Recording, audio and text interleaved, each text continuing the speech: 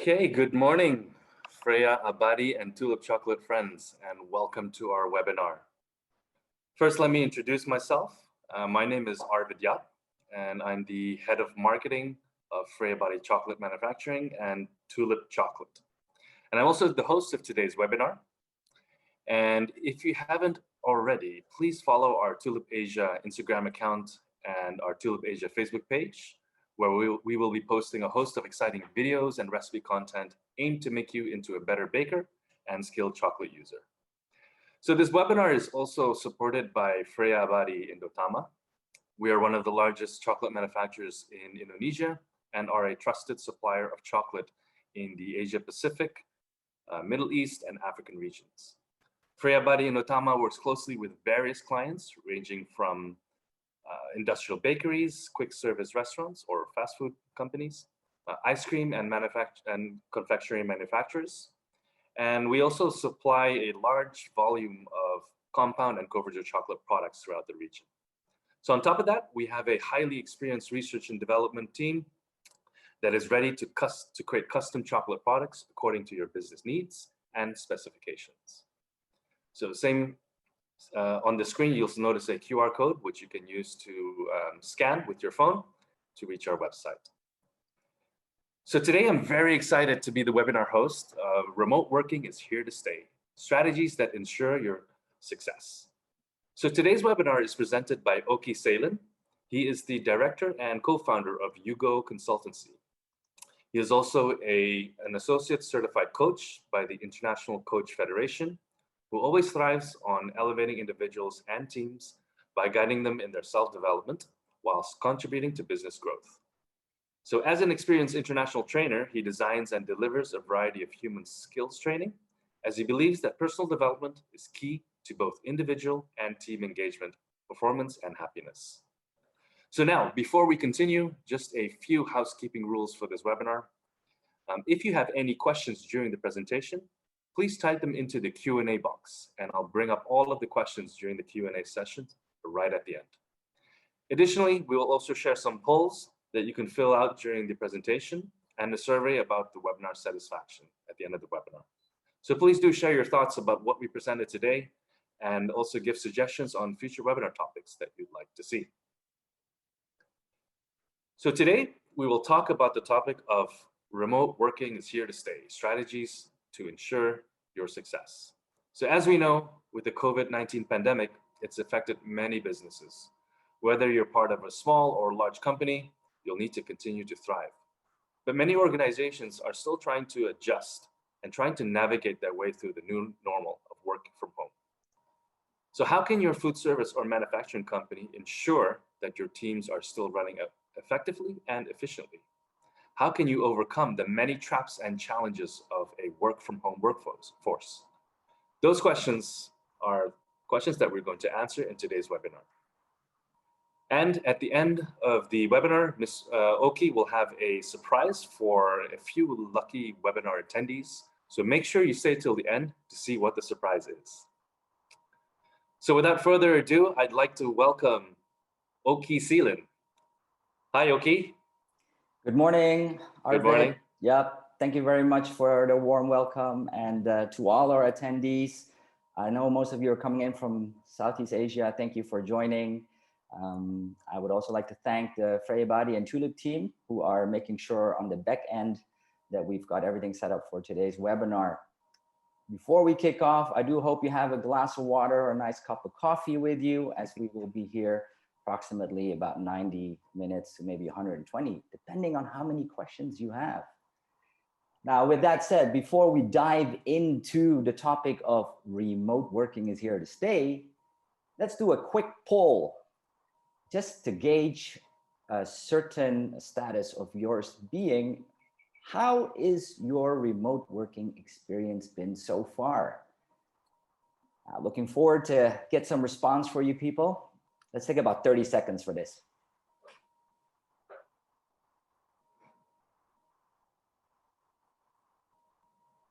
All right, votes are coming in. Half of the attendees have voted.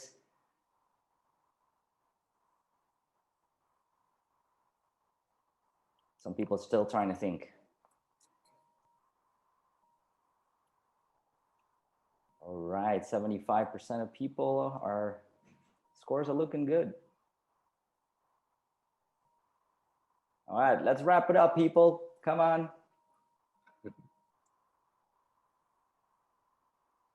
Okay, well, turns out that the majority of people are quite satisfied with their current status of remote working. So that's good to hear.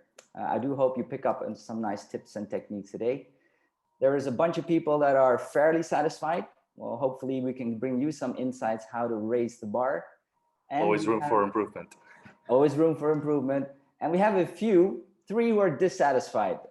So let's see how we can help you today.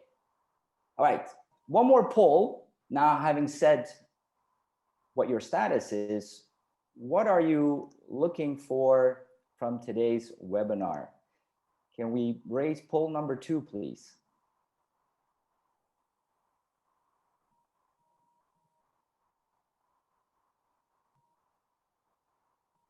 And that is to ask, what is your main need if you look at remote working?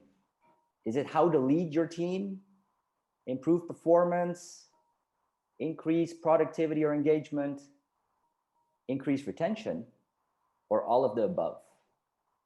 We put that one in just to make it easy in case. All right, thank you for your votes as they're coming in.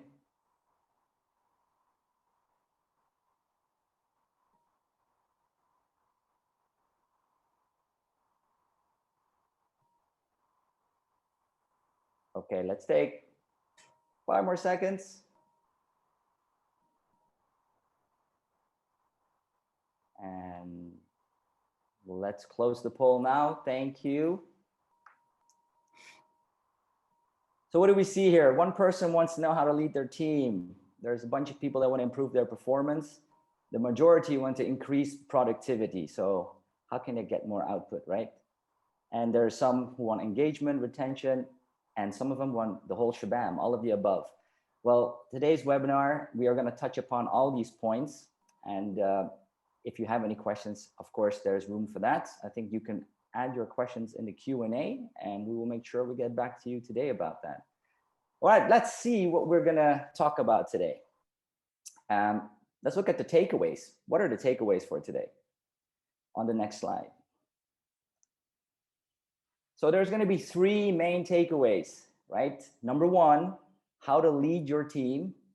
Number 2, how to drive your performance and productivity. And number 3, how can we elevate engagement and retention? Now, these are your takeaways, and we'll touch upon that with the topics that we'll see on the next slide on the overview. First, we're gonna share some facts and statistics about remote working. Then we'll give you some strategies about how to lead your team and go on to performance and productivity. And we'll end with engagement and retention. But let's clarify first what remote working actually is. Let's look at a definition of remote working. So the definition of remote working is that it's a working style that allows professionals to work outside of a traditional office. This can be done from anywhere. Sometimes we refer to remote work with virtual work or distributed teams, or what has really been a word that's been buzzing lately is work from home. And probably most of you who are watching today are either referred to in one of these 3 terms. Well, with the definition shared now, I just want to share some statistics and facts about remote work. Let's take a look. First of all, over the last 16 years, the amount of people that have been working remotely has increased by 140%. That's massive. And the prediction is that in about 7 years' time, in 2028, about 73%, excuse me, of all teams will have some team members working remotely globally. So that is a significant number, right? So if you're not already remote working, good chance that that will be staying around. All right, what's the next fact? A research has shown, which was done at the end of 2020, that 74% of professionals, they really expect remote work to become a standard. So it's no longer a privilege or just merely a benefit for a few, but it is here to stay. And 97% of employees don't want to return to the office full time. And 61% prefer to be fully remote, as in like completely all the time working away from the office. Another finding from the research on the next slide will show that when we are looking for top talent to recruit, remote work is one of the biggest attractive lures to get them in. And finally, benefits such as healthcare, training, and coaching are going to be more and more important to attract your new employees. All right, let's move on to the next one. What are some benefits that an employer has when your team is working remotely? Well, the top three would be, research has shown, is that your team is going to be more productive. And remote working will also save the employer quite some money because there is less need for office space rental and cost of utilities. And finally, it turns out that the employees are more engaged, and as such, as we saw in the first, have a higher productivity. So these are the main benefits for the employer. Well, how about the employee? What are some benefits for the employee? Let's take a look on the next slide. So these are the results from a research done on Buffer in this year. And as we can see in the pie chart on the left in the dark red, right? The biggest benefits employees feel is that they have a flexible schedule. And I think most of you can adhere to that when you're working remotely, that you can kind of plan your day yourself, right? The second benefit is that you can work from anywhere. This could be your home, this could be in a co-working space, or this could be in a coffee shop around the corner from your house. Number three, and for those that are living in Asia, in Jakarta or Manila or in Bangkok, traffic can be very unkind. So not having to commute is definitely a benefit that employees are experiencing. To be able to spend more time with family comes in fourth. The ability to work from home comes in fifth. Let's look at the next slide, another benefit. Or sorry, it's about challenges. What challenges does an employer have? Of course, we have benefits, but there's also some cons. Let's look at the 5 main challenges that an employer faces with remote work. Communication tends to be a challenge. How can we stay in communication with our remote team and make sure that it's effective? How do we motivate them from a distance? And how do we make decisions and goal setting and communicate that clearly to the team? How about the workload? And how can we ensure that there's some kind of tool that measures the output of our employees? And how do we team build virtually? Those are the 5 main challenges for an employer. How about an employee? What challenges do they face? On the next slide, we can see what the challenges are that employees are facing. And these may resonate with you as you've been working from home. The biggest one is actually not being able to unplug. That is, how do I separate myself from work and my private life? Second, difficulties to collaborate and communicate with team members. The third one is loneliness, because working from home and not being able to see your teammates physically can cause this. Number 4, for those that have families or live together, distractions at home. And how do you stay motivated when you are working remotely? And for some, being in a different time zone If you're working with Europe or the US, if you're based in Asia, obviously these time differences can cause some challenges. What is another challenge that employees face? As we move on to the next slide, is actually, are you working less or more? And it turns out that there's a higher percentage of people that are working more now that they're working from home. So how does that work? We'll look at that in a bit. And finally, the last main challenge employees have is meetings. And I'm pretty sure, without asking, that this resonates with most of you. Do you have more or less meetings? And the majority of people have more meetings, to the extent that it actually becomes a challenge for them. How do we cope with all these meetings? I'm gonna give you a tip later how you can handle this. All right. Having shared these stats and facts, if you have any questions, please do share them in the Q&A. And I would like to move on now with the first takeaway, which is, how do you lead your team remotely? Now, let's say you want to transition your team, which was based in an office before, to a remote. The first thing to do is you must design a roadmap, as in, where are we now? And where do we want to be, let's say, in 6 months, 12 months, 24 months. Nobody can expect to do an immediate transition in a short time.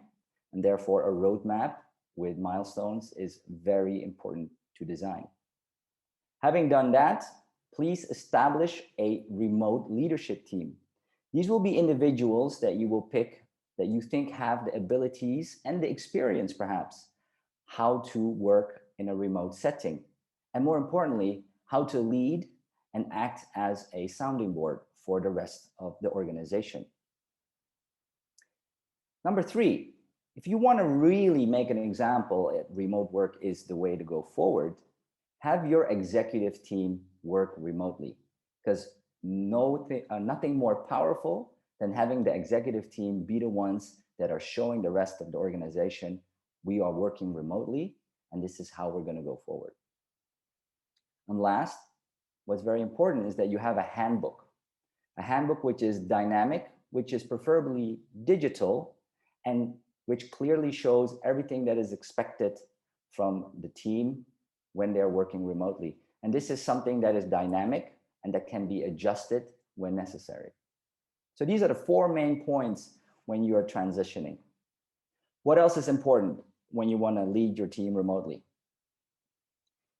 That would be to have clear company values or core values that are really clear to all of your team members. I've given a couple of examples here. They may resonate with some that you have in your company. Honesty, integrity, collaboration, transparency, trustworthy, accountability, and learning. These are values that really do shape remote working and encourage that. I'd be interested to hear later if any of these 7 values are also ones that you have currently, or that you think, hey, that would be a good one to add. When we lead our team, we can also see on the next slide that it is super important to have ground rules. Now, what are ground rules, right? Ground rules is basically the way that your team will work together. To make sure that ground rules are something that everybody can relate to and supports, it is important that you ask your team members to share 1 or 2 ground rules that they think will be important and effective for them. And then based on those that have been shared, as a team, find a consensus to choose which ones are going to be the ones that you're going to use. And again, just like the handbook, this should be something that's dynamic and documented, and something that is displayed easily and frequently so it is clear to everyone in your team. Just to give you a couple examples of ground rules that work for remote work. As we look on the next slide, the examples of ground rules. So number 1, what are your core hours of availability, right? Seeing that you can now schedule your day in yourself, Perhaps there are still some times during the week or in the weekend where you are expected to be available. And this should be agreed as a team or as a department or as an organization. Which communication tools are we going to use and for which ends? We'll touch upon that in a bit. This one, again, very imperative, is to start and end meetings on time. Time is still precious and we must be respectful of that. Now, when there is a problem, attack the issue, not the person or the purpose. And when you voice a complaint, this is especially important, is that you must propose at least 2 solutions. This encourages people to be empowered and take initiative and think of how they can contribute in a more positive way. For those that have children, just like myself, you may have to communicate certain needs that you have with regard to your children. Perhaps they have online learning or they need attending to. And as long as these things are communicated, it all will be accepted pretty much generally all right by your team members.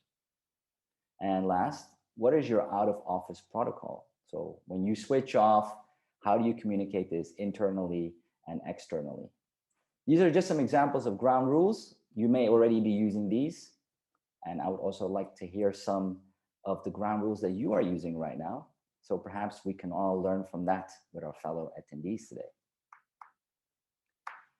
So now that we have the transition and we have the handbook and the ground rules, what else do we need?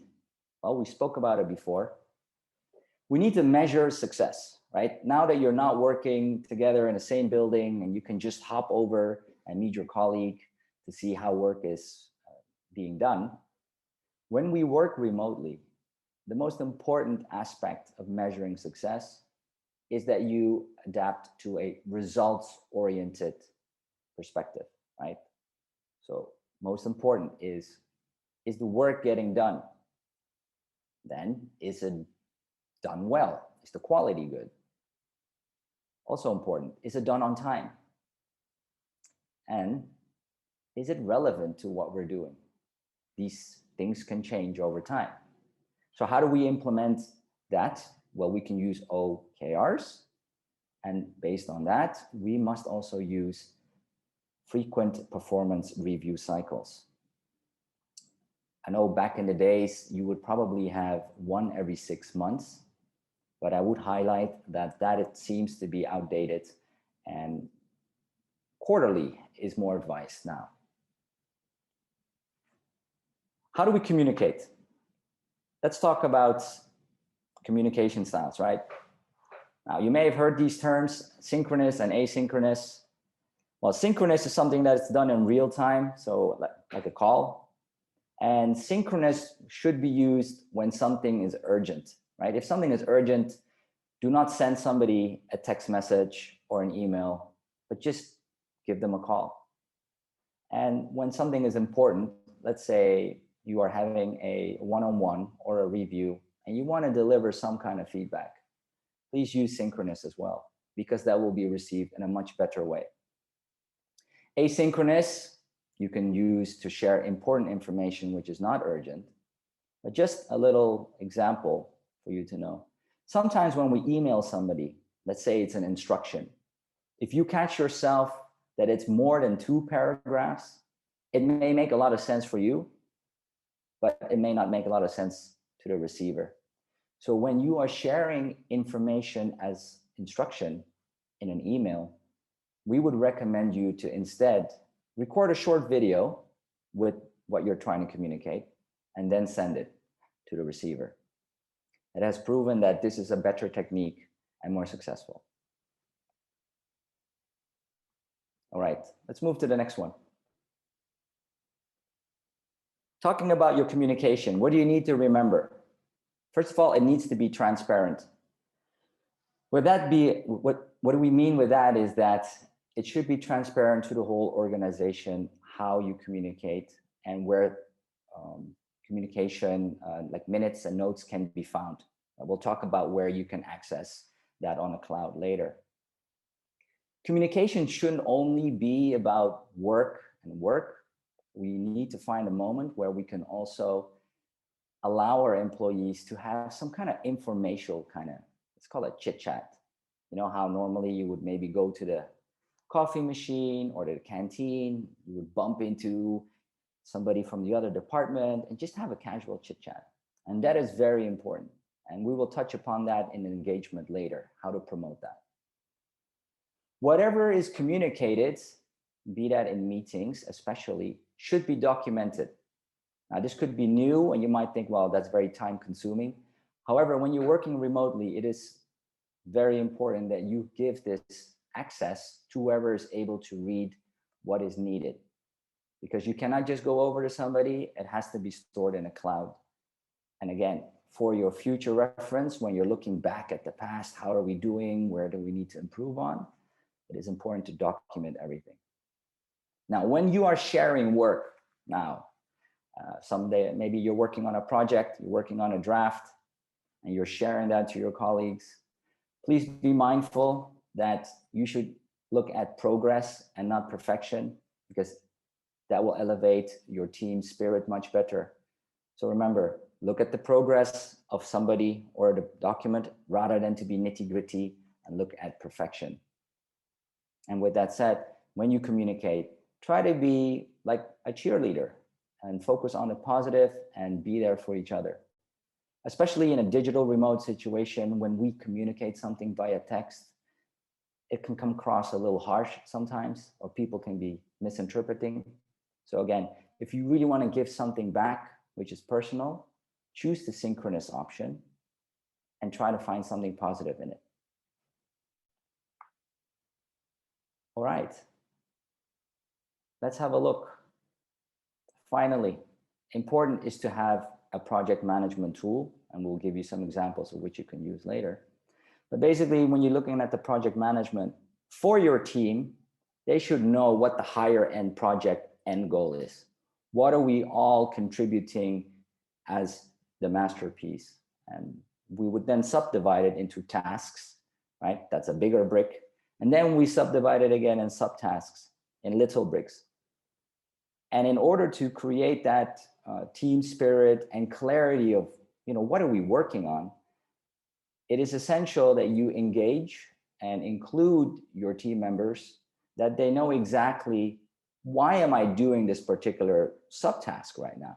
Or what is this particular task going to help another department? And in the end, the final goal. This is part of communication that needs to be done, and it's very important. All right.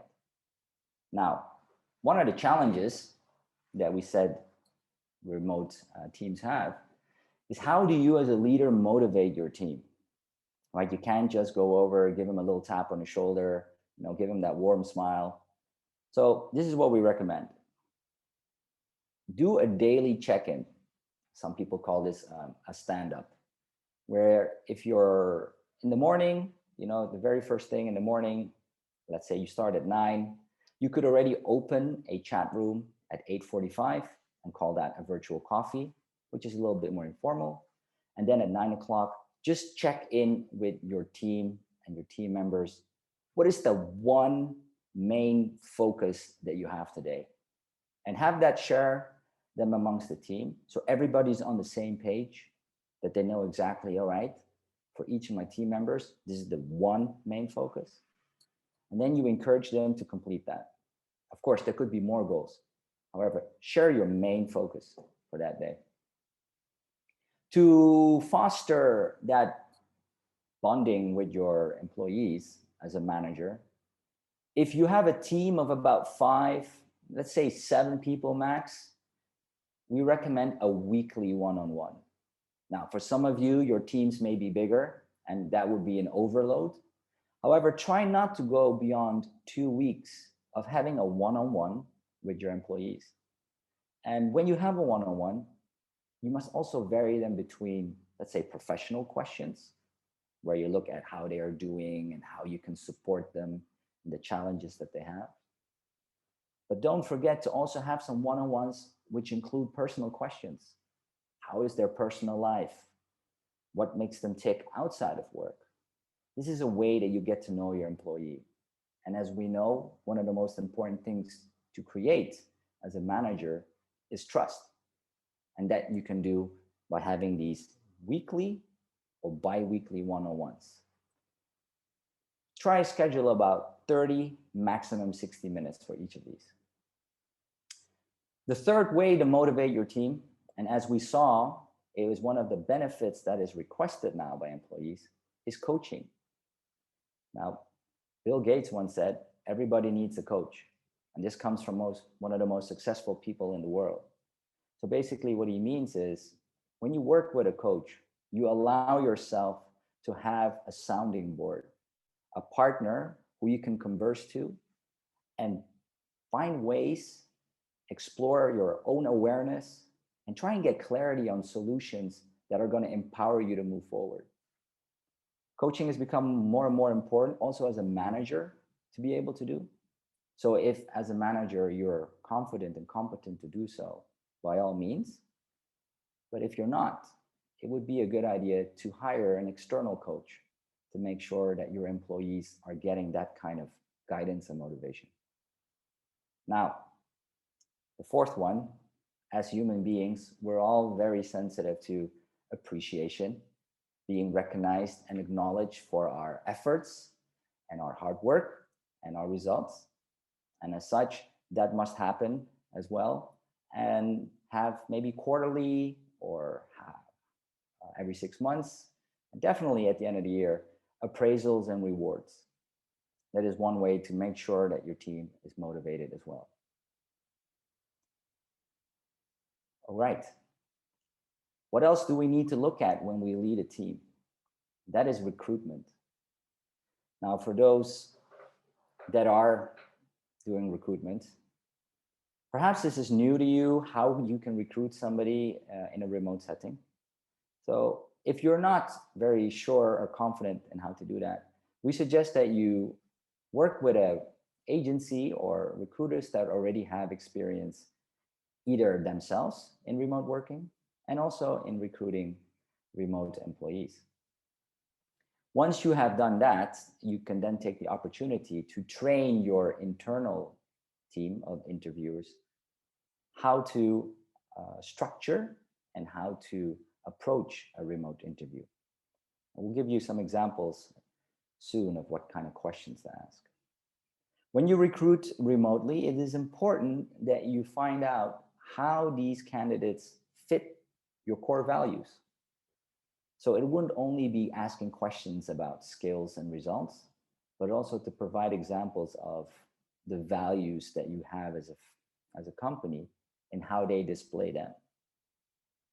Some qualities to look at when you're recruiting remote candidates: they must be self-motivated and self-started. They must be able to lead, show that they've been productive, and be strong communicators, be that face-to-face or via asynchronous communication. Now, when we have the actual interview for a remote interview, as we can see on the following slide, right? Back in the days, you would invite somebody usually to your office and you could really literally sit diagonal or across them. But in this remote setting, right, we suggest that you have a consistent format of how you conduct remote interviews so that it is consistent, and then you can also track and take feedback on how the process is going. Try and simulate it as much as you can as would work, which means you communicate with your candidate via email, perhaps via a call, to establish that everything is clear prior to their first interview. Now, traditionally, it's very common to have panel interviews when, perhaps you and 2 or 3 of your colleagues would sit right across the candidate and ask them a variety of questions. This can be done for the sake of time or just to see how a candidate deals with facing a team. Now, remotely, that is actually quite a bad idea, because when you are looking at a screen as a candidate and you're looking at 4 interviewers on a panel, that is daunting, and it does not actually contribute to the candidate maybe being effective. So we say, scrap the panel. Instead, whoever needs to speak to the candidate, do a one-on-one. And finally, focus on the candidate. I mean, perhaps the background is not to your liking, or maybe there's some sound in the back and you think, hey, they could have done a better job preparing for this. But again, part of remote working is having to deal with circumstances that are sometimes out of the candidate's control as well. So try and focus on the candidate and their replies and their body language rather than the environment that they're in. What are some questions that we can ask during the interview? Well, question number one is, what excites them about working remotely? The second example, good to know, is whether they have ever worked independently without direct supervision on a daily basis. Because remember, in remote working, you must be self-starting and self-motivating and working by yourself. Third question, what strategies, tools, routines, or workflows do you use to ensure your day-to-day goals are met? So how do you get on this one to stay on track and be able to perform and produce? Fourth one, this has to do about communication. Tell me about a time you recognized an opportunity for process improvement and how you brought that up to leadership, right? So is this individual assertive and comfortable to bringing up new ideas to the management team, especially in a virtual setting? Fifth one, how to ensure that you're communicating effectively in a remote environment. So what methods or practices can you use? This will probably show whether they're adept and comfortable in using a variety of communication tools. And last, and this is very important too, is how do you switch off from work? Because obviously, if somebody is working and working the whole time and not taking care of themselves, which we will touch upon very soon, that can lead to burnout and stress, anxiety, and that's not something that you would want your employee to have either. So I hope these examples will benefit you. And if you have any yourself that you think are worth sharing, by all means, please share them with us. All right. I think we've spoken about how to lead a team now, and let's look at the second takeaway is performance and productivity. Now, let's just make sure we know the difference between performance and productivity. Performance is the process of carrying out a task or function, basically how you do it. And productivity concentrates on the output that has been produced, so the what. In order to drive performance, we need to have a dedicated workspace. So let's have a look. Right, what do we mean with a dedicated workspace, right? So probably last year, for those that are working remotely, maybe you had a makeshift little office dash corner in your apartment or house that you were thinking, okay, this will only be a week or two. We didn't think this is going to be for months. But as you are working from home longer, let's say, or remotely, number one imperative is to be able to have a workspace that is separate from the rest of your house or apartment, right? That's very important. Make sure that you have a separate space, even if that is covered by a blind. Ideally, there is a wall and a door, but really that you think, this is where I work. Number two, make your workspace personal. Okay, that means perhaps a little photo of your family, maybe a drawing that your kid made for you, something that just kind of relates to you that you normally maybe put on your office desk, but now you have it in your dedicated workspace, let's say at home. Make your dedicated workspace productive. Now, that means, example, make sure you have enough light, right? If you don't have enough light, you're going to be squinching your eyes like that, and before you know it, you will get headaches. So make sure that there's enough light. And when you look at, we're probably sitting most of the day, but also make sure that it's ergonomic. So Do you have a chair that sits comfortably, that supports your lower back, where you're not slouching, as in, is your laptop on the right height for your eyes, right? Perhaps you can get a desk that's, with a little wheel, you get to put it up and down. Some people like to stand a little so that they don't, get all these muscle aches. Now, the fifth one is probably debatable, neat and tidy. I mean, some people prefer and work better under a neat circumstance. Other people would say, well, I thrive on being a bit messy. However, research has shown in general, having a neat and tidy workspace is more beneficial. And last, make sure your dedicated workspace is healthy. Okay, what does that mean? Well, that means that perhaps make sure that there's fresh air coming in, that you can open a window, right? Maybe put a plant in there. It has to be healthy. It has to be conducive for you. Just to gauge with you guys, now that you are working remotely, how is your current dedicated workspace? So just like to do a little poll to hear from you. How is your current dedicated workspace?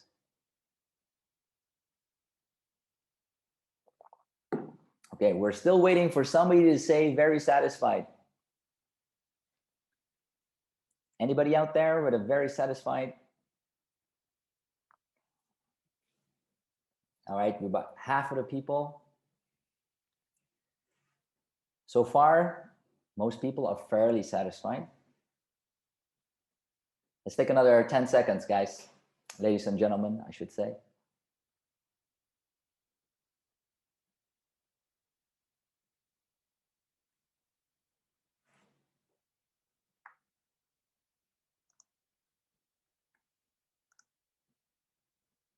All right.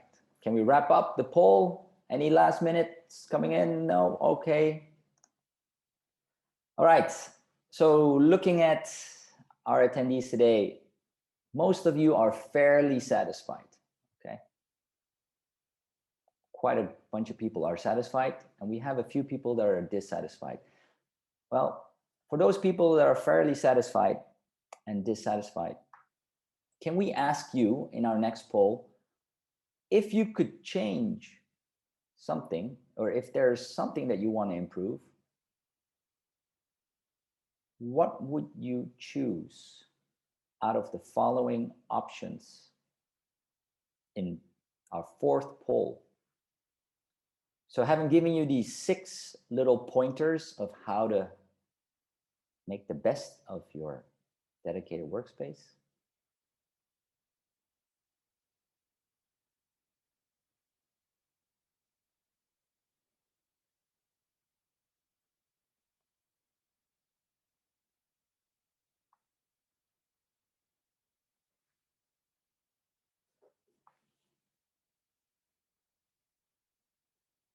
okay, some people need some time to think about this one.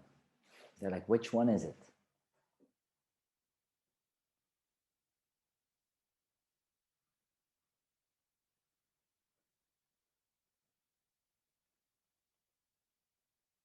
All right, more than half of people have voted now.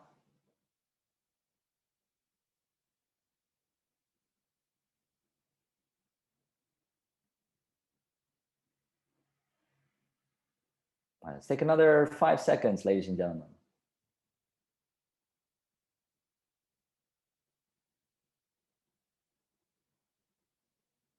All right, let's close this poll. And what do we see? The results are winners. Three of them are tied. So to have a separate space, to have a more productive and ergonomic dedicated workspace. Okay, well, especially for those for ergonomic, do something about it before you get too many muscle aches.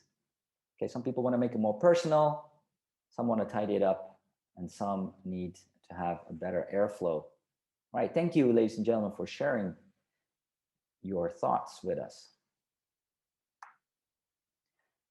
So if we look again at performance and productivity, now that we've identified one, that you must have a dedicated workspace. Let's look at the tools. The tools must have in order to be able to work effectively and efficiently. So let's have a look. And this may already resonate with you. For chat functions that you can communicate, we suggest Slack or Workplace, or so to say, those are the most popular ones. It'd be interesting to hear if anyone in the audience is using a different chat function. Please do share. For video conferencing, well, as we are using Zoom, probably everybody's familiar with that. A lot of teams are using Google Hangouts as well, or Skype. And for productivity, Microsoft Teams and Google Docs, where people can just work on documents together in real time without having to save it and send a new document. All right. Let's look at the next. For file storage, we talked about the importance of having access on a cloud for all team members. Google Drive, Dropbox, and OneDrive. I'm pretty sure most of you are familiar with that. For project management, Jira is very common for software tools. Trello, which is also part of Atlassian, which you can now integrate with Jira, by the way. And you also have Zoho, which is a one-stop shop for a lot of project management tools. Finally, this is probably a bit new, but for reward, Vantage Circle, Kudos, and Coolleaf are applications that you can use to really encourage your team to show gratitude and be thankful to other team members. And it's a system that has proven to increase engagement and retention. So that may be something that you want to look into if you're thinking about how can we engage our teams more, is to use one of these 3 reward softwares. All right.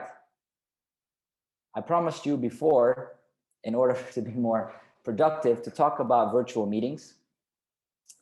And, because they're a love and hate probably. Well, first of all, any meeting, whether it's virtual or not, but especially in this reference, should have an agenda, right? If there's no agenda to a meeting, you have every right to reply to the person that's invited you to ask, can I see the agenda, right? Secondly, make sure that you take notes, minutes, and again, as we said, they should be documented and shared. And ideally, if it's on a video, why not record the meeting for those people that either were unable to attend, or to share it with somebody that you think that would benefit from watching it. We talked about punctuality. Early is on time is late. There has been a tendency for meetings to, let's say, start them at 5 past the hour and not exactly on the hour, because previous calls or meetings may run late. Then consequently, people are late for the next call or meeting. So start at 5 past in order to avoid that. Keep your meetings to 20 or 50 minutes. Because when you do this, you allow the attendees to have some time to go over the notes or to follow up on certain actions before they go to their next task. Often what happens now is it's 30 minutes or 60 minutes and people are rushing from one to the other, and therefore it takes away their focus and also their effectivity of having attended these meetings or any tasks that they have to do. Now in the middle, you'll like this one. Is it necessary for me to attend this meeting? Now, how can you check if it is necessary? Well, first of all, you should ask whoever invited you, what is my purpose of being in the meeting? If they cannot give you a clear answer to that, you can probably decline the invitation. You can also ask whether you are going to have to collaborate with somebody in that meeting, whether you have to make any decisions. And a good question to ask is, if I were to read the minutes and or watch the recording, would it be just as beneficial? And if that answer is yes, you could probably decline having to join that meeting. All right, next point. If you do work remotely, however, some people may be in a, let's say, co-working space or at the office together in a room, we don't recommend that the people that are together in one room share one laptop and the remote workers have their own. So we say avoid hybrid. If you have a virtual meeting, make sure that everybody has their own device to log into. And point number 7, this is something that has raised questions. Do we have cameras on or do we have cameras off? We would say that depends on the ground rules that you've decided as a team, right? Some teams prefer cameras on because they think, okay, everybody's engaged and we can see that you're tuned in. Other teams are okay if the camera is off. So make that one of your ground rules to decide on that, camera on or camera off. All right, let's move on. In order to be more productive, you have to take care of yourself. We call this personal care, right? Personal care. Number 1, when you get up in the morning, set an intention for yourself. How do I want to show up today for myself and others? You can write this down on a Post-it and keep that as your guidance to go through the day. Number 2, make sure that you schedule work and personal time in your agenda. So if you have an agenda, do not only block in work-related items. Put in when you are going to have a little break for coffee or for a meal, or to, give one of your kids a hug, stretch your legs. Put it in your calendar. Number 3, practice mindful breathing. This can be done right from your work desk. And there's enough apps or videos on YouTube that you could look at. Just short 3-5 minutes to allow you to breathe, to calm down, and to give you some new refreshed energy to continue. Now, number 4, a good night's sleep. Yes, sleep is important. Try and get your 7 to 8 hours because not only will you feel more rested, good night's sleep also causes you to have a better immunity. So it avoids you getting ill. Next one. The 5th personal care tip is hydrate. Yes, drink. Lots of water, about 1.5 liters to 2. Eat healthy. That could be, smaller meals, or if you prefer bigger meals, but try and get your whole foods, your veggies, your vitamins, your fruits. I know I'm a snacker myself too, but don't get carried away with your sugars. Try and move and exercise. A research has shown that if you take 7,500 steps a day, that would be enough, right? 7,500 steps is enough. That's probably about 30-40 minutes of walking. So if you can split that over 2 sessions, all good for you. And last but not least, do not forget to be socially connecting with your friends and your family. You can just, send them an app or do a little call, but we need that interaction with other humans besides our team members. All right, I would just like to gauge from you guys, how do you rate your current self-care?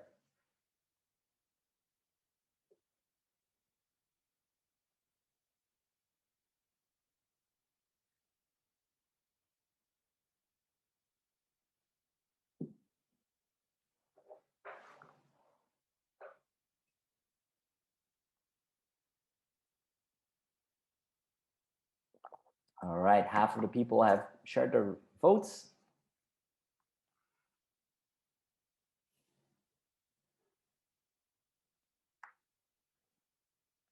Let's give it that 10 more seconds, ladies and gentlemen.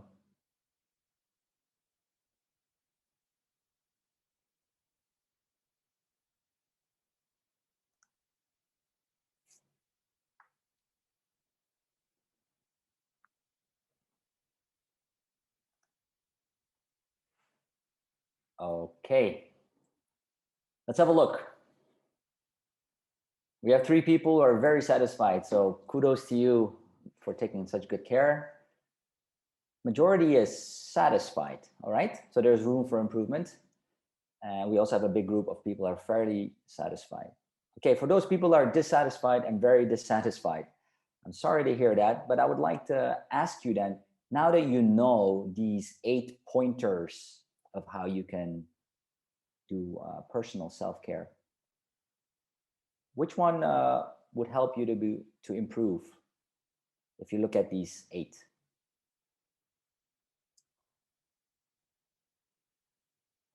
Let's hear it from you, ladies and gentlemen. Even for those people that are satisfied.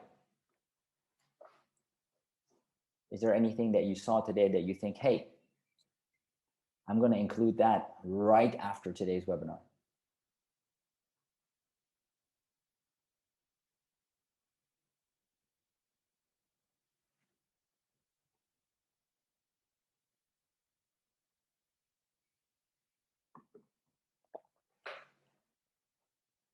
All right, a few more votes, ladies and gentlemen.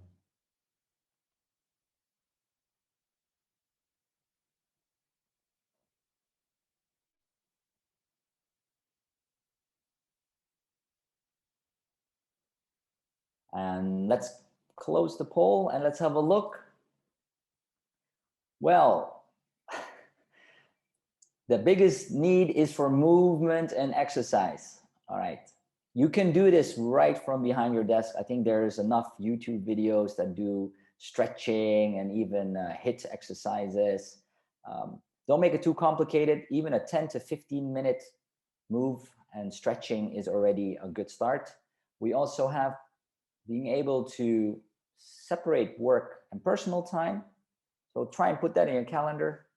Good night's sleep, okay? Very important. Mindful breathing. So thank you for sharing that, ladies and gentlemen. All right, now we've covered how to lead your team and we've talked about how to drive performance and productivity. Let's look at how can we increase engagement and retention. Now, this is a quote by Steve Jobs. Great things in business are never done by one person. They are done by a team of people. So why do we show this quote?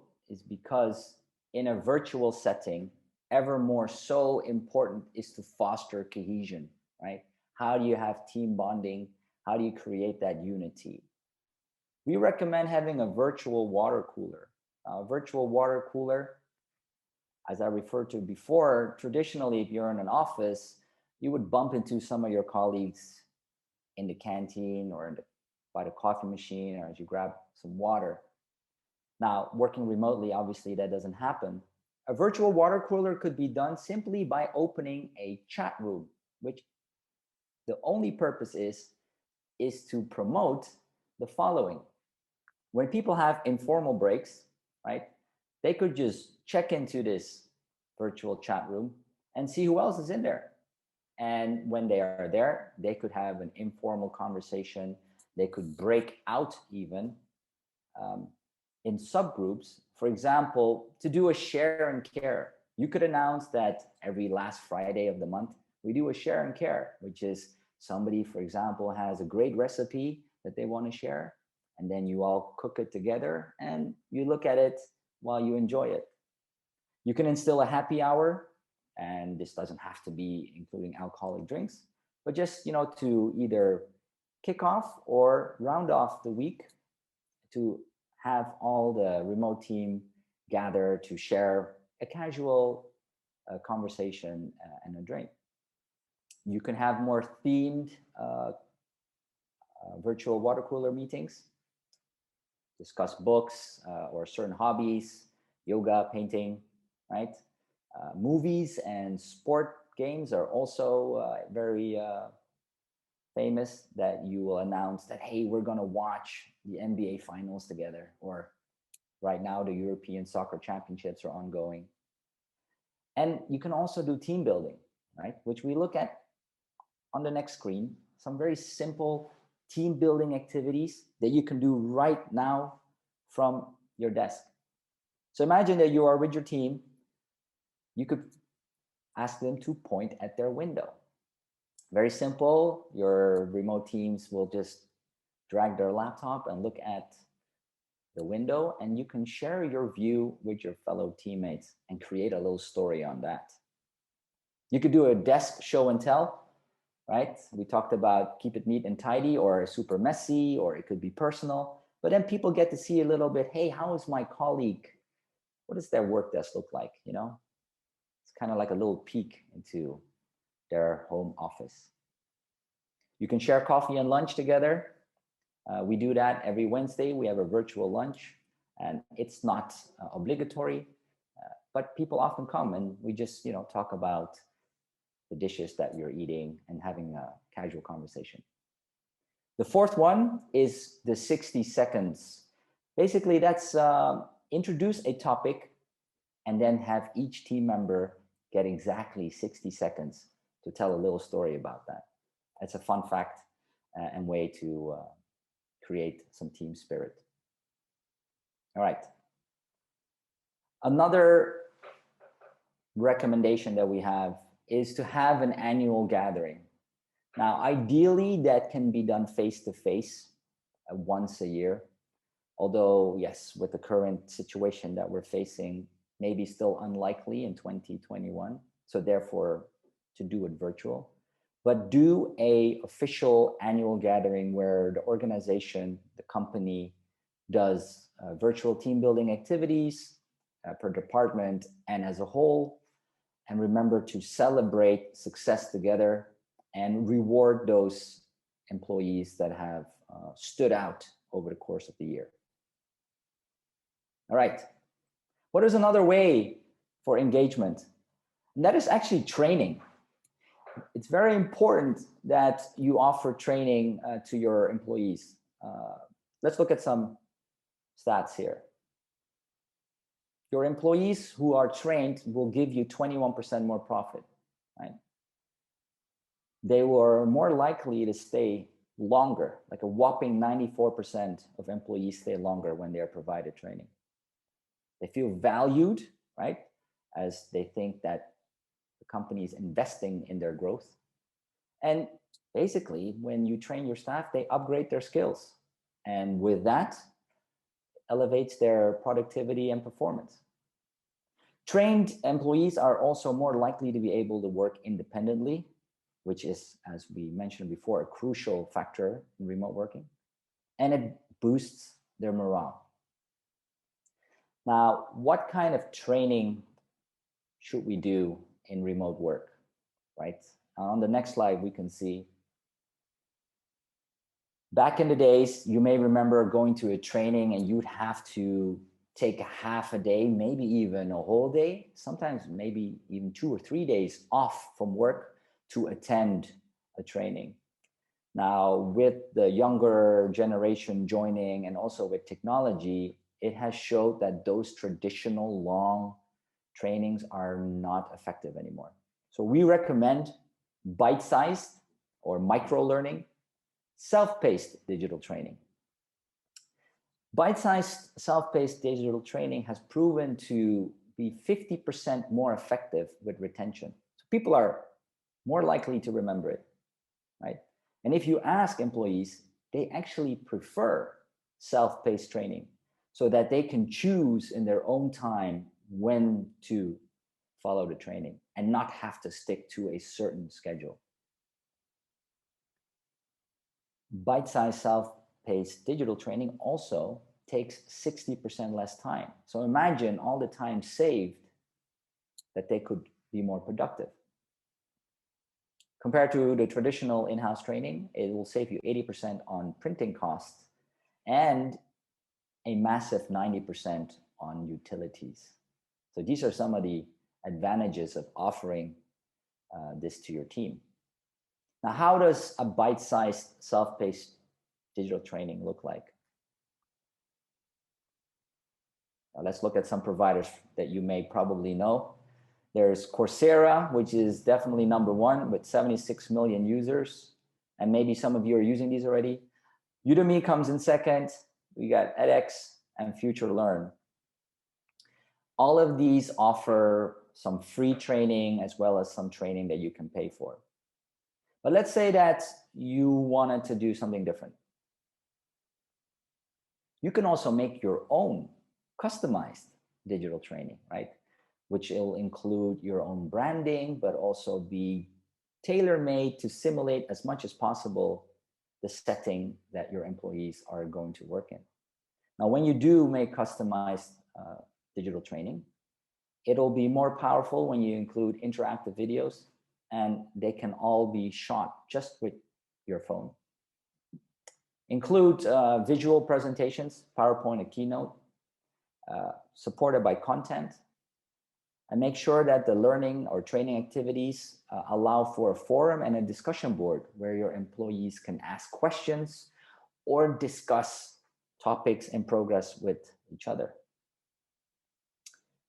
Obviously, as a manager or as the company, you want to know what the progress is of the training. So there must be some assessments to see, are they passing? Are they doing really well?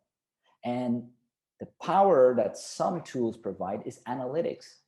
This can show you exactly how much time did somebody need to finish this training? How many times did they have to do the test to get that score? These are strong analytics that you can use also for your performance review cycle and for your succession plans. So if you haven't yet, please consider bite-sized, self-paced digital training.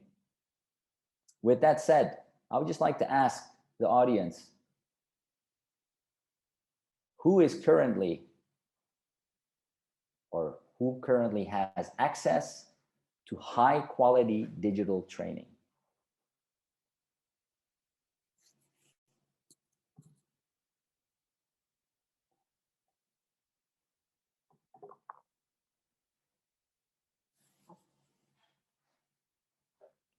Right, votes are coming in, ladies and gentlemen. More than half of you have already shared.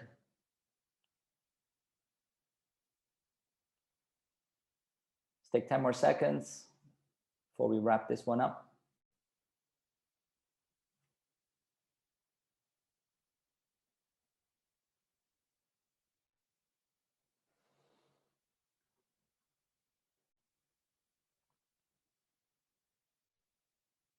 Five, four, three, two. All right, let's close this poll. So what do we see here? We see that the majority of you do not have access to high quality digital training. Okay, that's something then to raise. And for those people that have, good on you. I would be interested to hear from you which platform you're using and what you enjoy about digital training. All right, ladies and gentlemen, I know I've taken quite some of your time, and we are going to the last bit with regard to engagement and this webinar, and that is about onboarding, right? When you want to elevate engagement and retention, onboarding is crucial. Right? We talked about recruitment before, finding the right candidates. Now that you found them, how do we onboard them? A successful, well thought of onboarding plan will make sure that a higher chance of employees will stay with you. So 82% of employees who had a proper, successful onboarding stayed with the company. You should give them about 2 weeks to settle into their position on average. And the three things that you should focus on when you're onboarding an employee is the organizational, technical, and social aspects of your company. So organizational is to get to know the structure, the various people in the departments, what are the communication lines. Technical has to do with anything with the tools and the way you communicate, as we talked about before. What channel do you use when? How do I use certain software to tackle my work? And the third one, social, is to provide that virtual water cooler, expose them to not only their own team members, but also cross-departmental, that they really feel that they are getting on board. Now, what we suggest then is you can use a ticket system. And we spoke about, let's say, Jira before, or Trello, where basically the whole onboarding journey of your new employee with a ticket can be monitored and checklisted in, have they gone through this? Have they received this? so you can see, make sure that they didn't miss anything. And also important is to make sure that you get feedback from your new employee. How are they enjoying this onboarding process? What are the good points, and what would they like to see differently that is beneficial for your ongoing procedure? And with onboarding, another very crucial part is to buddy up. Now, a buddy is basically, you probably know, a fellow employee who is assigned to kind of just be that person, to go-to person. If you have any questions with regard to, say, meeting protocols, or where can I find this person to speak about a certain topic, or what is some social activities that I can sign up to. Because when you have a buddy, 97%, and this comes from Microsoft employees who had a buddy, 97% of them said that this was an awesome experience and made them settle in much easier and swifter. All right. Having said all that, having gone through this content, I hope that you've picked up some pointers today with regard to the takeaways that we discussed that you would have at the beginning. So let's recap one more time. Your main takeaways today on the following slide are how to lead your team, how to drive performance and productivity, and how to elevate engagement and retention. And I've seen the Q&A pop up a couple of times, so there's probably quite some questions. And I would therefore like to say thank you for listening so far. And I look forward to discussing any questions with you right now. Mr. Arvid? Thank you, Oky, for this great presentation and lots of tips. I hope you all received a lot of valuable information here, as well as inspiration for you to try and experiment on your own team activity. Definitely a lot of tips that even I didn't think of. So, and I definitely like some of the tactics you shared here, and I definitely see what I can apply with my own team. So, awesome. So now it's time for us to enter the Q&A session. And but before I read out the Q&A box, I have a couple of questions myself. So okay, so maybe other people can relate as well, but one of my issues is that I have a lot of meetings and con calls scheduled, right? And my schedule is often filled to the brim, with meetings, and it becomes harder to find time, to do my actual work. Right? So do you have any sort of strategies on how I can keep these meeting times organized? Yeah, great question, Arvid. And I think it starts with setting ground rules. So when you are working with your team or in your organization, when you have identified that, let's say, a majority of your remote employees struggle with this, being filled to the brim with meetings or calls, perhaps the ground rule could agree to block certain times of the day or of the week where there are no calls set, right? So this could be, for instance, between 9 and 10, or between 12 and 1, or between 5 and 6. I'm just giving some times. And that would then be a standard. And also to ask within your own smaller team, perhaps, what is everybody's best productivity time of the day? I mean, do you have a lot of morning people? Do you have a lot of people that are more in the afternoon? And also adhere to that. Secondly, we talked about, sometimes we set a meeting to be 60 minutes because it's just convenient. However, if you are doing a reoccurring meeting, let's say a weekly team meeting or a sales meeting, which just talks about results, see how you can make it more efficient. Do we really need 60 minutes? Or are we pretty much done after 40? And from there, cut down the time as well. Okay. So basically, yeah, I like that. So block certain times for meetings, and then I find myself that I'm more productive in the mornings. to do work. So I could block that time off to do this, right? Rather than have the meetings. Yeah. Okay, great. And maybe to add, you could obviously do this bi-weekly to adhere to people's wishes, right? So like to say week 1, you would have more calls in the afternoon because you are more productive in the morning. But perhaps in week 2, you would give those people who are more productive in the afternoon the opportunity, right? So you can plan it like that as well. Okay, great. Another question that I have is, how can you ensure that people stick to deadlines, and actually do the work? I mean, how do you reward or even discipline, if things are not done? Right. That's a good question, right? I mean, when we're working remotely and sometimes we're working with deadlines, how do we ensure? I would change the word ensure into motivate and encourage. Well, we use performance management tools, right?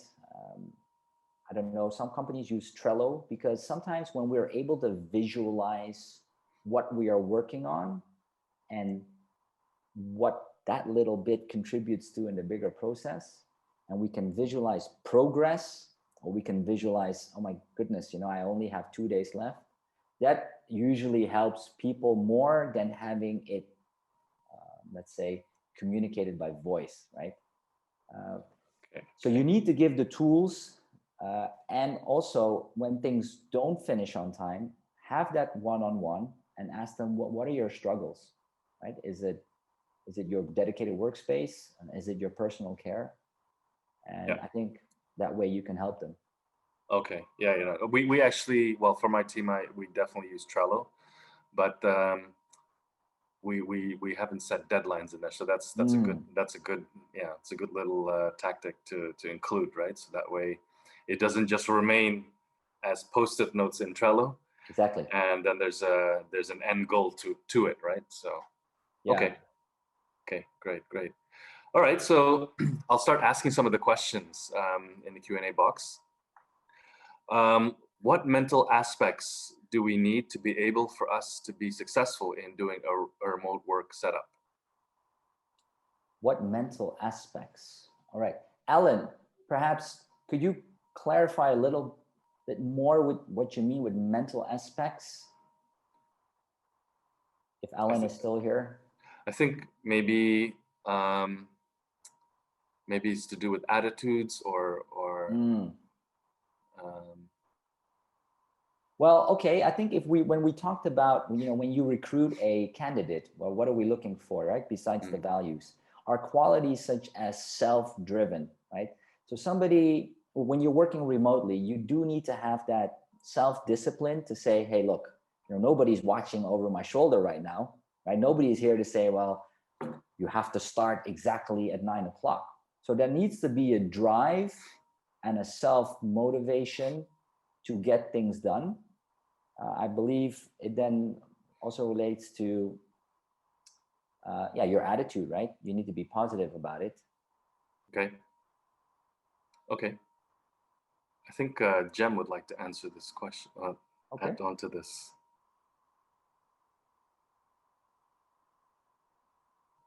Jem, go ahead. No, it was just it's related to the mental aspects. What are the red flags that we need to watch out for? Yeah, I think that's what the question meant. All right. Thank you, Alan. Okay. What are the red flags? Well, one of them is probably brain fog. When we tend to stare at a screen for a long time, we kind of go into this blank zone and we're not productive anymore.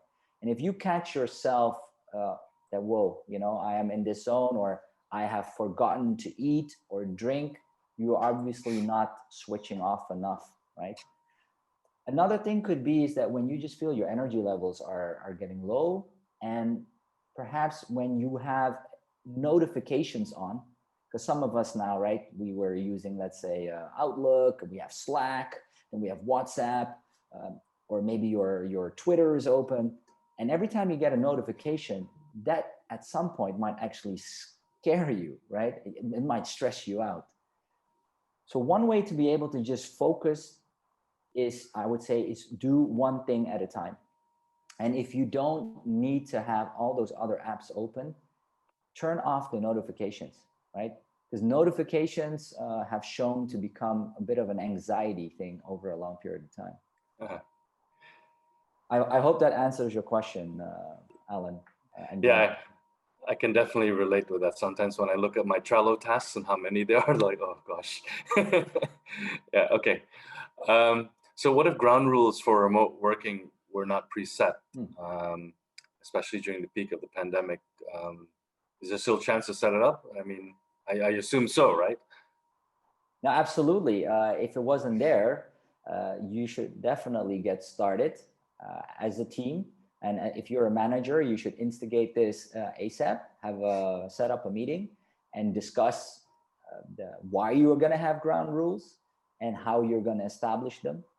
And again, they need to maybe just be 5 to 10 pointers. It doesn't have to be super extensive, and they can change over time.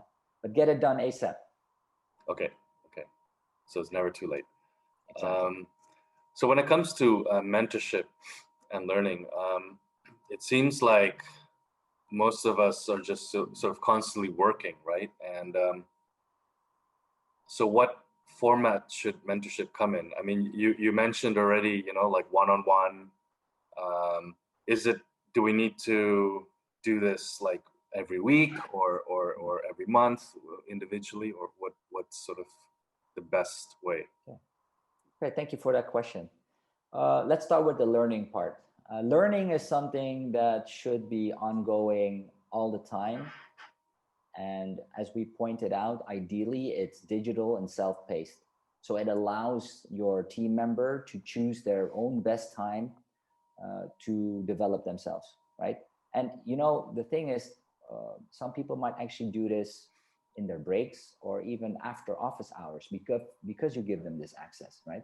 I mean, I'm not saying that you should promote that. However, because their freedom is there, there's a tendency that people actually enjoy and don't mind doing it in their own time because they see it as a plus.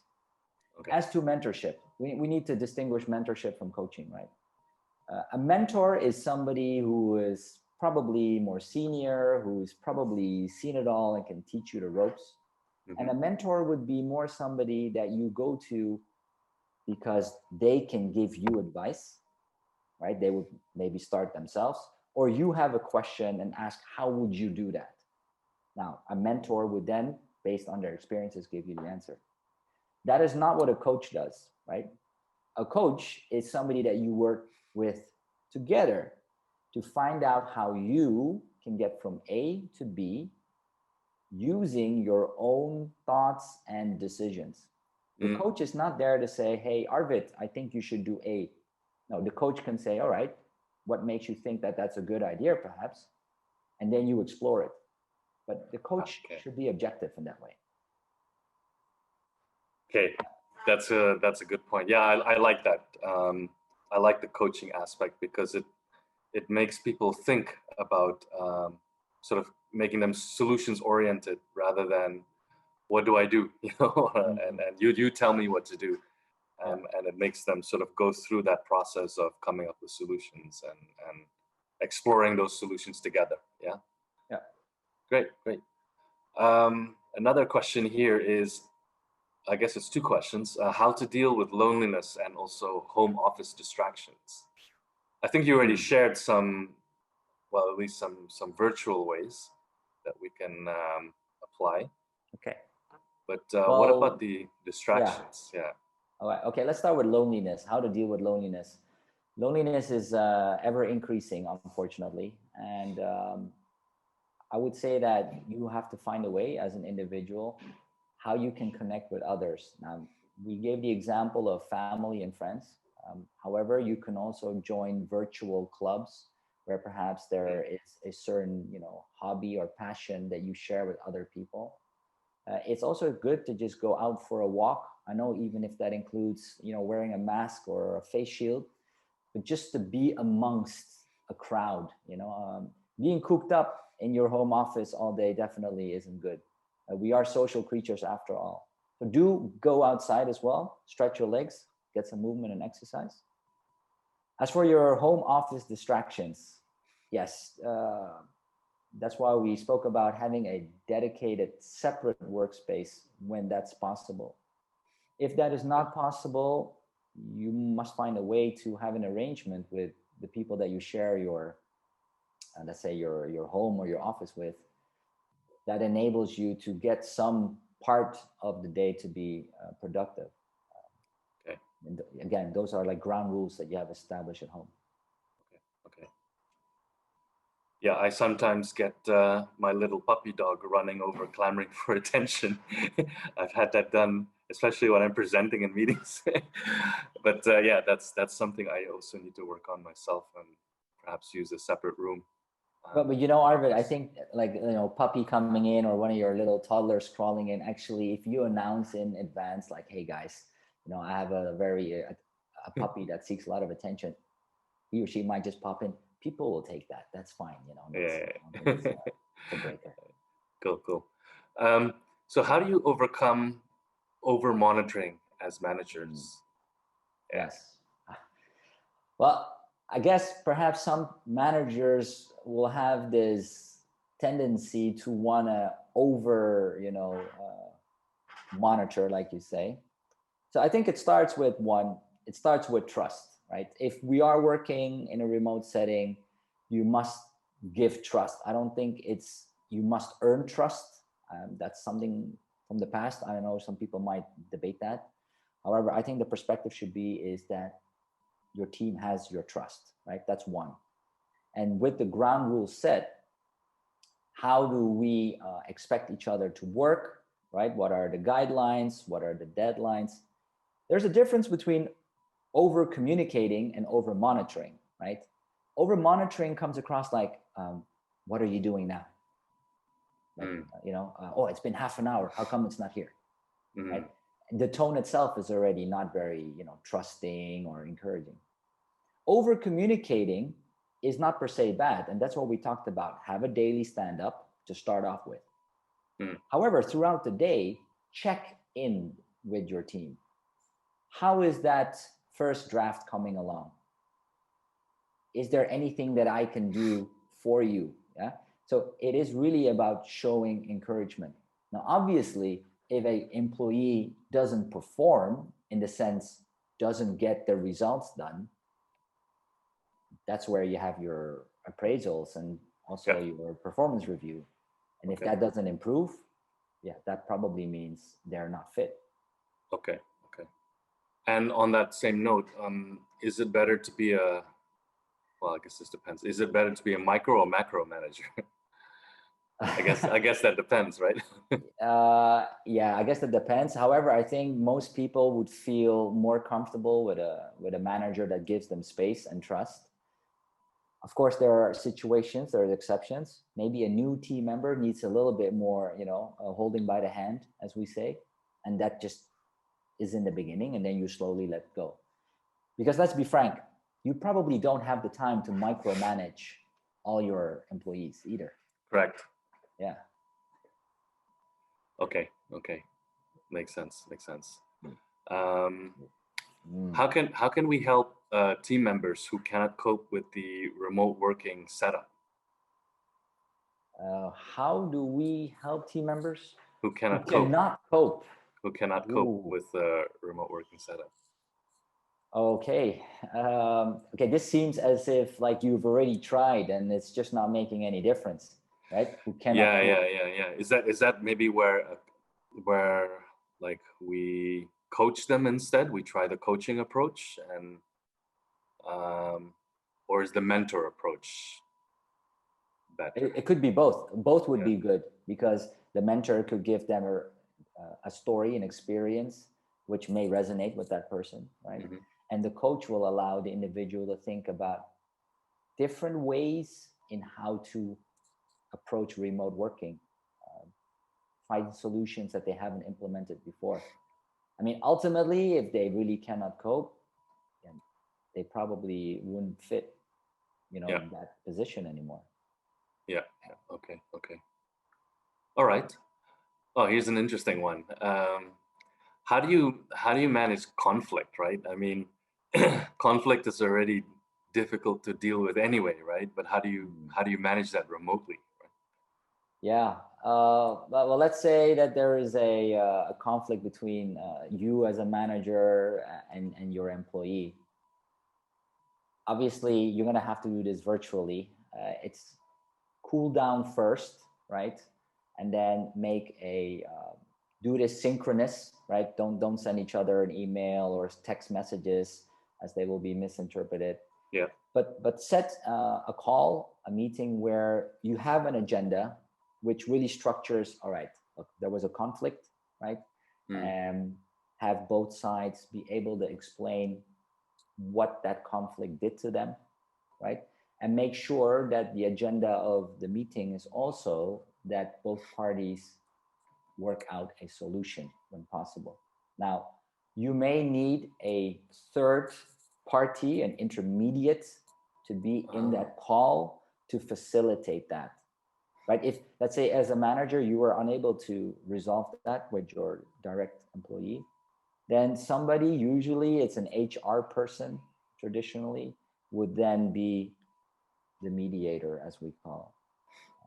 Right. It's a good question, because you definitely do not want a situation of conflict to linger in a remote setting, because it exponentially becomes much worse than normally. Exactly. Like I said, you'll bottle it up and things will not get resolved, right? And, yeah. Again, that could be one of your ground rules, that if there is something that you dislike, or there was a conflict, that as a team we aim to resolve it the same day, for example. Okay. Yeah. Okay. Next question is, how does one eliminate silos between teams and create more synergy for the company as a whole? Yeah, especially silos between departments and things like that, right? Yeah, good. Yeah, very good question. I think we got to go back to the beginning, and how do we transition a remote team, right? It starts with the executive team communicating, this is what we're going to do.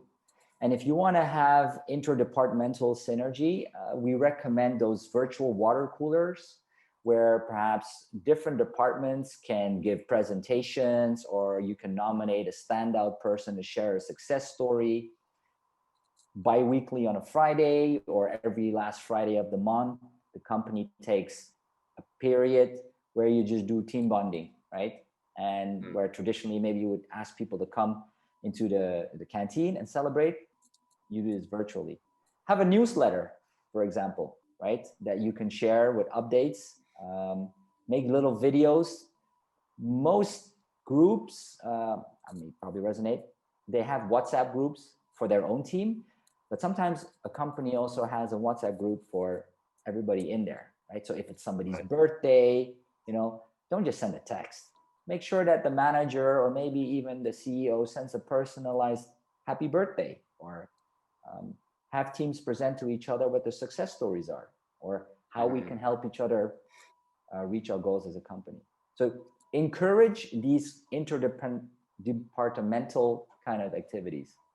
I like that last one. Yeah, the one about where you share successes and positive things, and then you can always add, okay, this was done really well, and this is what we can do to continue improving with your department, for example, right? So that way we also know what's happening in all the other departments as well. Yeah. Okay, great. Cool.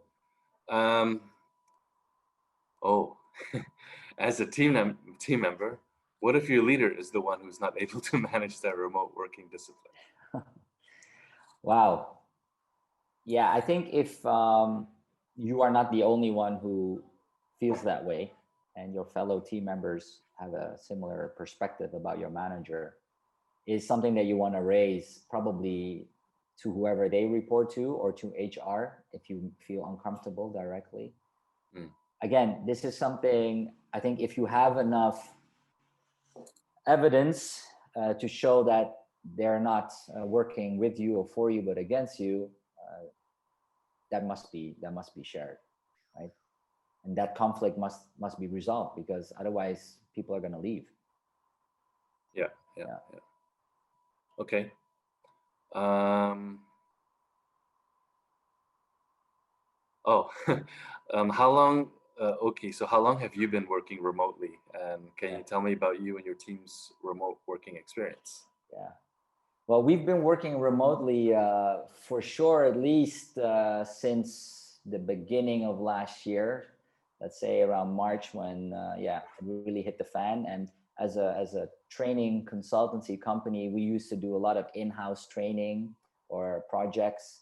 However, with the travel ban, we had to pivot to becoming digital, and we've provided digital training, digital coaching, webinars, and I would say that in the beginning it was difficult because I guess one of the things a trainer enjoys is working with people and being in the same space with your trainees. So it took a bit of a adjustment to do that virtually. However, once I did a couple of webinars, and I noticed that we kind of share a common grief, because even people in the audience, some of them they'd be like, yeah, I actually enjoyed this more in a group setting.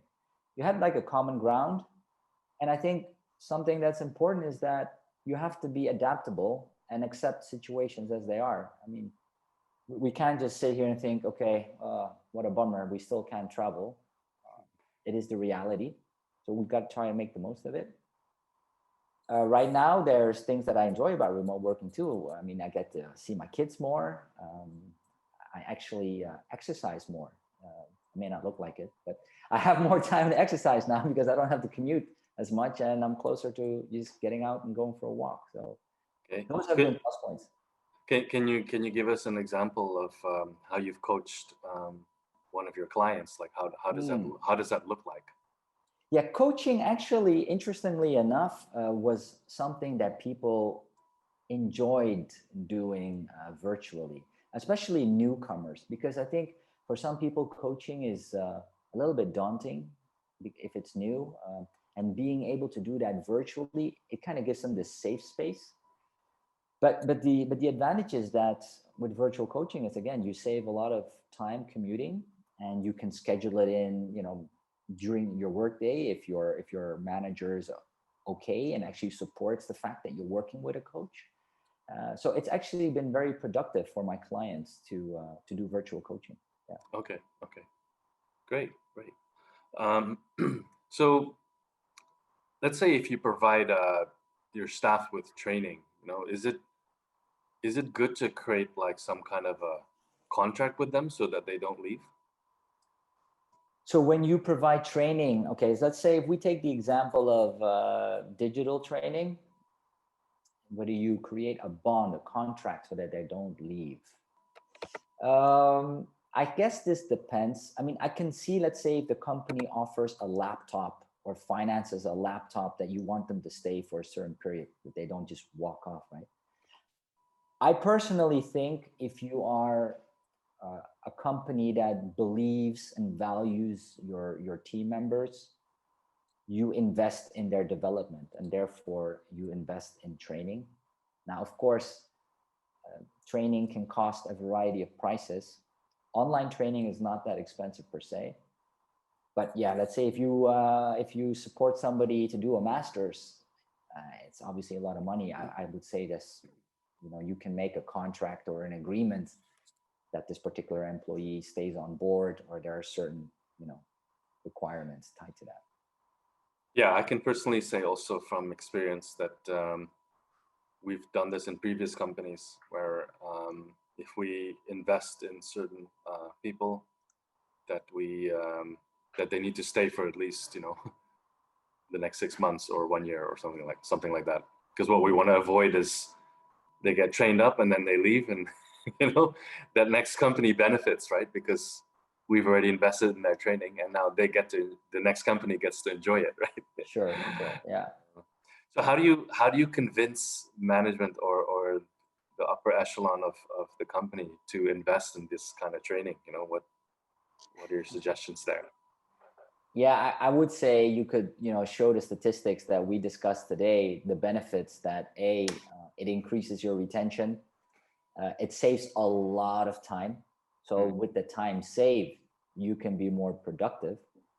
And the fact that, when you do training, you will be, giving more profit to your company, and also that you are more likely to stay because you feel valued. Yeah. More loyal. And maybe to add on to that, you can also, whilst convincing the management team to invest in training, you can also create a follow-up program so that they don't just go through the training, but the follow-up program includes how they implement it and what the results were from what they learned in the training, because then you can see sort of some kind of return of investment, right? You see some kind of change in the company. Sure. Perhaps, right? No, absolutely. Let's say as a manager, you have your one-on-one and you notice that one of your team members has said, hey, I struggle with time management, right?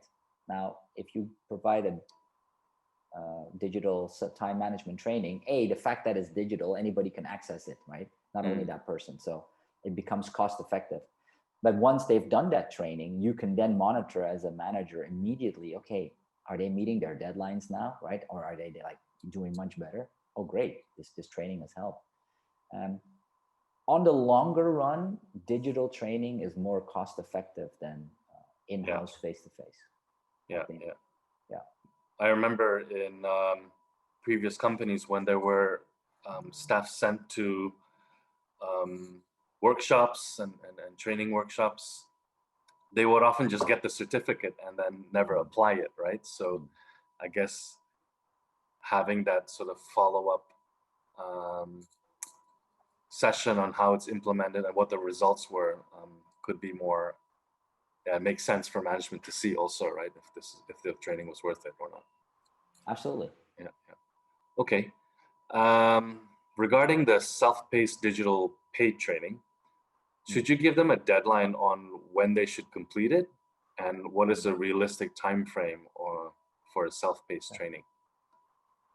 Yeah, absolutely. You should give them a time frame, so a deadline when you expect them to do this training, even though it's self-paced, right? And most trainings that are offered online actually give a description on what, if you were to do 2 hours a week, how many weeks it would take in total to complete it. So with that, as a manager, you can have a good estimation of how much time this person needs to complete a particular training.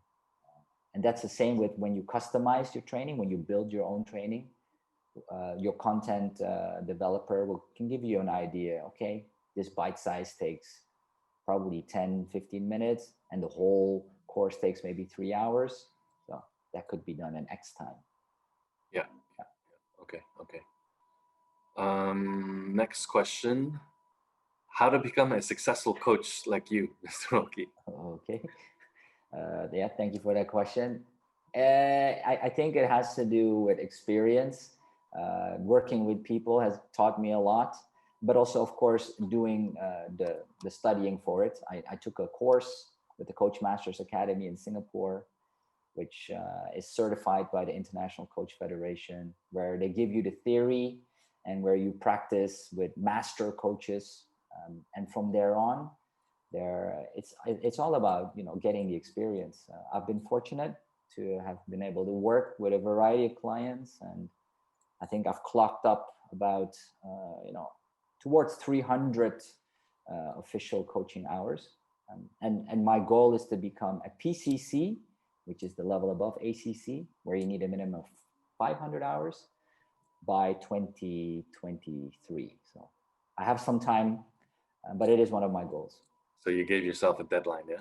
I gave myself a deadline, yes. A goal needs a deadline, people.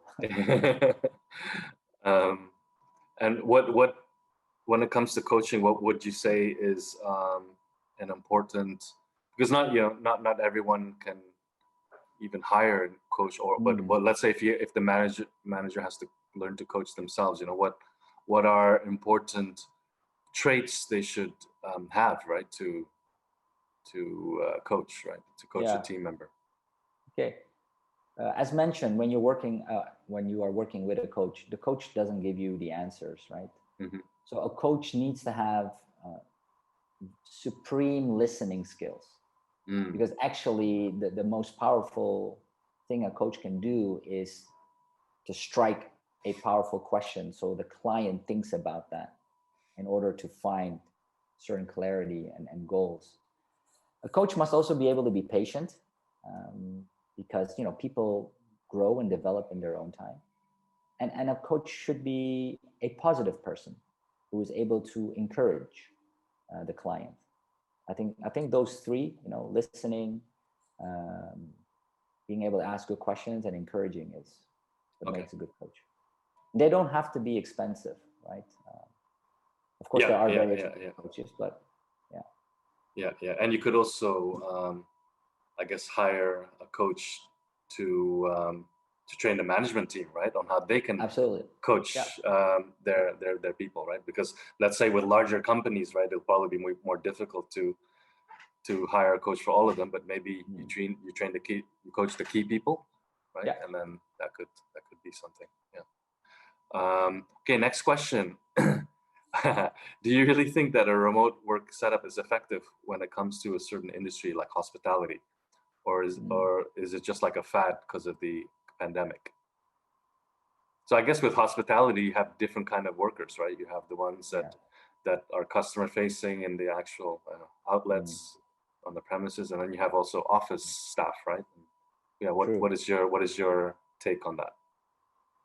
Yeah, great question. Obviously, the team members in the hospitality industry who are frontliners, who are directly facing customers. Say if you have a restaurant, yes, your waiters and your kitchen team cannot work remotely, right?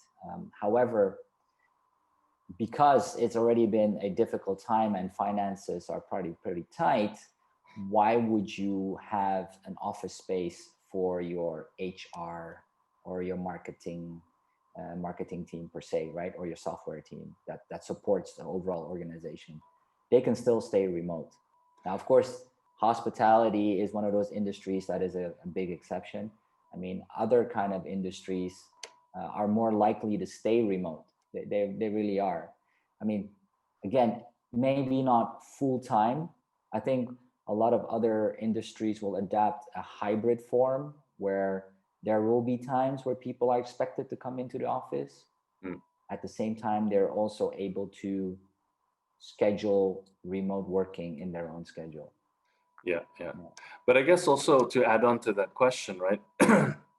Even the ones who are customer facing and in the actual outlets or in the hotels or restaurants, wherever they may be, perhaps they can still also benefit from actual remote learning, for example, right? So for example, if there's a new protocol that needs to be changed, right? With this pandemic, there's probably new things that, the regulations change all the time and you need to disperse and train people quickly, right? Yeah. So I guess sort of remote learning can still work, right?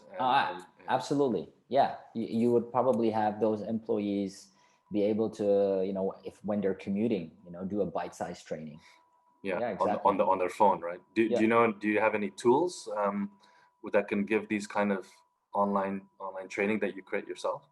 Yeah, I mean, the four main providers I showed you before, those are the most famous ones, right? But there are other tools. We also have a tool that we work with, which is called Novo Learning. And it's actually quite an interesting platform because it has an AI and speech recognition. So especially for hospitality people who are trying to improve their English or trying to learn Mandarin, just based using their phone, they can practice, and the AI and the speech recognition will say, wow, well done, or that's not the correct way to pronounce it. And it's kind of like you have a teacher right in front of you, right, who can say that. Can you tell us a little more about Novo Learning? Like what else, how have you used that or applied that for the hospitality? Oh, okay. Yeah, sure. So we've been working with Novo for almost 3 years already. They're a Dutch tech company, but pretty big now in Southeast Asia. So when we work with clients, for example, Hyatt Regency in Phnom Penh, Cambodia, they were pre-opening and they had to make sure that their reservations, their front office teams had the correct digital telephone, correct telephone etiquette. So, Oh, when people call the hotel, that they have the right way of answering, forwarding a call. And because it was pre-opening and it was COVID, they couldn't do a in-house training. So we designed a digital telephone etiquette training on the Novo platform to exactly give people the time within 2 weeks to learn through bite-sized training, which included videos, animations, avatars. And as I said, the speech recognition, to be able to pronounce, Hyatt has their own standards, obviously, those statements. And okay. yeah, and they were very pleased with that training. And the good thing is, it's been made and they can use it over and over again, even for refreshers, and new employees. Yeah. And just to add on to that, can you also, is there a way to track if people are going through the training, and monitor? Yeah, no, totally. The Novo tool has a very powerful analytics that can show you exactly whether individual A has done the training, when they logged in to a particular activity, how much time they spent. It even shows you the mistakes that they made. And you can hear the recording of, let's say, somebody answering the phone. And this is information that a manager can use, obviously, to encourage and also to maybe correct a certain employee. And it saves time, because let's say if you want to do an assessment, doing a digital training first can show you, okay, which people are worth inviting for this final assessment, because you can actually see, they've prepared, right? They're ready to do a final assessment. Yeah. Okay.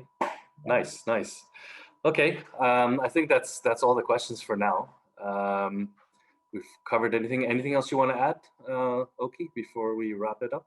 Yeah, I would like to thank the audience for coming and joining us today. I would like to announce a special for those that have sat through this whole whopping 120 minutes. We are going to pick 2 lucky winners who will receive 2 complimentary coaching sessions with me. And if you are a winner, you should receive an email latest tomorrow morning when we have done the draw. So thank you to the audience. I also like to thank Arvid and Freya Badi and Tulip team for hosting us. I hope you picked up some valuable insights. If not, I believe my email is available, and I'm more than happy to follow up with you directly. Excellent. Thank you so much, Oky, for presenting today and sharing all these wonderful insights and strategies. I want to give one final thank you to everyone who attended and participated in this webinar. There will be some more webinars coming up, so make sure you follow us on Tulip Chocolate Asia, both on Instagram and Facebook. And also please keep an eye out for our follow-up email, where we will share the presentation, the video, and provide the attendance certificate. And of course, we will also announce the winners of the coaching session there. So keep an eye out for that. So once again, Oky, thank you so much for today. Really appreciate your time. And for the rest of the folks, have a great rest of the week. Take care, everyone. My pleasure. Bye-bye.